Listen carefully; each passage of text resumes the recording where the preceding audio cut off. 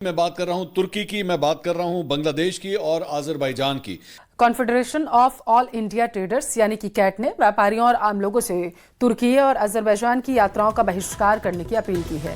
और अब एक बड़ा इम्पैक्ट आ रहा है टर्की और अजरबैजान पर। इसकी वजह यह है कि इंडियंस बॉयकॉट कर रहे हैं टर्की एंड अजरबैजान का। टर्की जो है it will be considered as an enemy country in India now.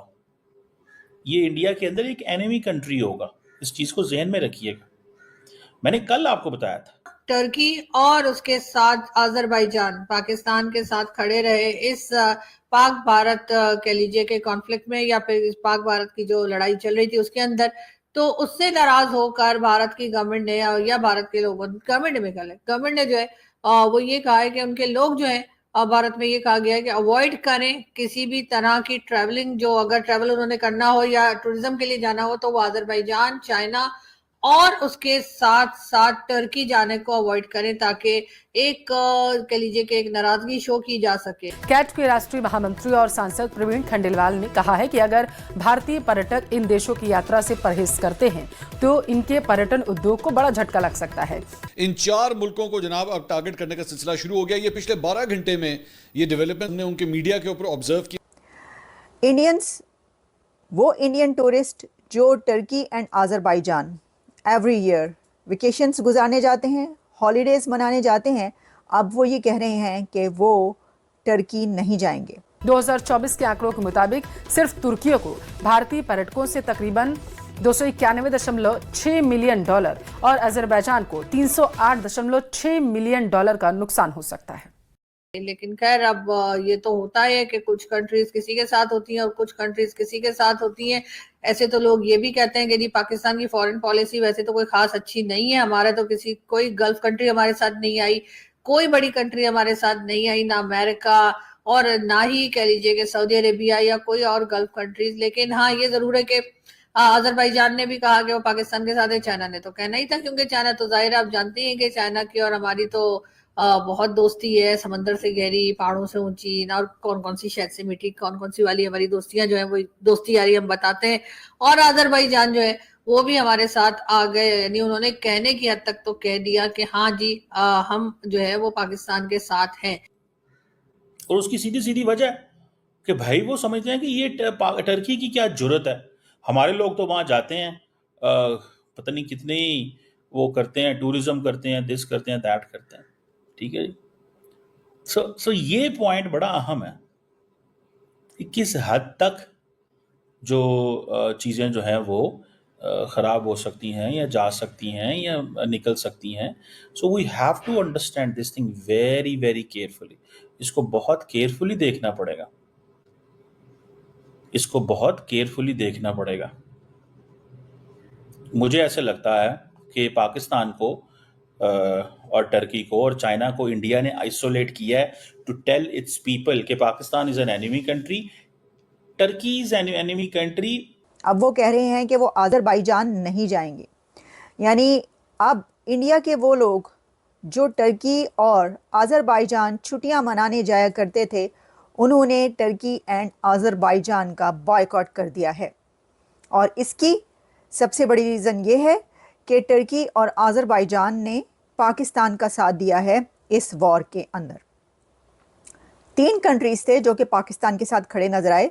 Pakistan की तरफ से, प्राइम मिनिस्टर की तरफ से जो बात कही जा रही थी वो तो 2 कंट्रीज का नाम ले रहे थे, जैसे कि आपको पता है। उन्होंने कहा चाइना और टर्की। लेकिन इस बात से नाराज होकर अब भारत की तरफ से ये कहा गया है कि उनके जितने भी लोग हैं, अगर कोई ट्रैवल करना चाहता है, टूरिज्म के लिए जाना चाहता है, तो वो इन 3 कंट्रीज को अवॉइड करें। लेकिन मेरा ख्याल है कि ये जो एक दूसरे के खिलाफ हमारी एक टेंशन चलती चली आ रही है और चला ही करती है, इसमें कहीं ना कहीं ब्रेक लगनी चाहिए, इसलिए कि ये दोनों कंट्रीज के लिए फायदेमंद नहीं है। हाँ, उन लोगों के लिए और बात है जो सिर्फ लड़ाई झगड़ा करवाना या देखना पसंद करते हैं, उनको शायद फायदा हो। लेकिन ये कि जो आम सिटीजन हैं, जो आराम से रहना चाहते हैं। लेकिन उसके बाद ये देखा गया कि तुर्किया और अजरबैजान और चाइना पाकिस्तान के साथ खड़े नजर आए। अब इंडियंस का एक स्टैंस ये है कि जब तुर्की में ज़ल्ज़ला आया तो टर्की के अर्थक्वेक में इंडियंस ने बहुत ज़्यादा एड भेजी टर्की में। यानी इंडियंस ने टर्की की बहुत मदद की थी जब अर्थक्वेक आया था, और सबने बात की थी। वैसे तो देखें, भारत की तरफ से एड पूरी दुनिया में बहुत ज़्यादा जाती है, और उसको तो कहा जाता है ना कि इंडिया दुनिया की फार्मेसी है। 50 मिलियन टूरिस्ट, तो 1 मिलियन में कितने होते हैं? 10 लाख। तो आप समझ लें कि आई थिंक दैट मेक्स, अब आप 50 मिलियन का आप देख लें कि कितने परसेंट बनता है। ठीक है जी, 50 मिलियन का आप देख लें कितने परसेंट बनता है जो इंडिया का ये पॉइंट है कि हम अपने लोग नहीं भेजेंगे। यहाँ दोस्तों, जैसा कि आपने देखा कि अब तुर्की का भी नंबर आ गया पाक के बाद। पाकिस्तान को तो भारत ने एकदम अधमरा कर दिया है पूरा। अब उसको एकदम, अभी थोड़ा दिन भारत आराम करेगा, फिर उधर से अगर कुछ हुआ तो भारत फिर उसको अच्छे से और बैंड बजाएगा। अभी तुर्की को संभालने का बारी है, तो भारत के लोग और भारत के गवर्नमेंट, वो दोनों अब तुर्की को कंगाल करने और उसको भी पाकिस्तान की तरफ बनाना शुरू कर दिया।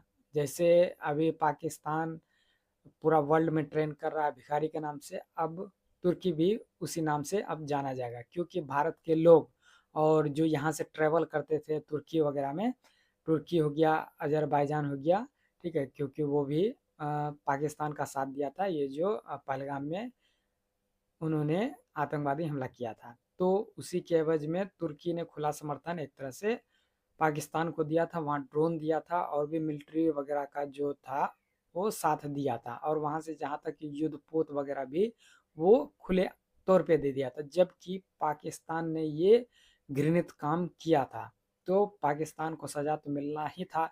लेकिन तुर्की जो अब कूद गया है, क्योंकि भारत ने तुर्की का एक तरह से बहुत ज़्यादा मदद किया। जब भी वहाँ पे ये आया था, भूकंप वगैरह आया था, तो भारत ही पहला देश था जो वहाँ जाके बहुत ज़्यादा मदद किया था। लेकिन वह एक तरह से मददखोर निकला है, ठीक है।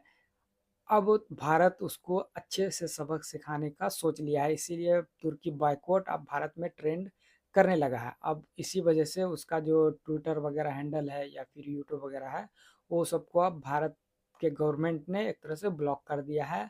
और वहाँ से जो सामान वगैरह आता था, जैसे सेब वगैरह हो गया, ऐसे भी वहाँ पे ज़्यादा वो फसल वगैरह उतना कुछ नहीं है, ज़्यादा वहाँ टूरिज्म का ही है। तो भारत से बहुत ज़्यादा लोग वहाँ पे टूरिज्म हर साल करते थे, जो कि अभी भी कुछ लोग जाने वाले थे, जो कि अब बॉयकॉट की वजह से अब वहाँ पे नहीं जाएंगे। तो अब तुर्की को एक तरह से क्या बोलते हैं, गिरफ्त में भारत लेना शुरू कर दिया है। तो आपका क्या राय है, भारत तुर्की को पूरी तरीक़ा से बॉयकॉट करके पाकिस्तान की हालत में छोड़ देना चाहिए? अपनी राय कमेंट में ज़रूर दें, और चैनल पर नहीं तो चैनल को सब्सक्राइब ज़रूर करें।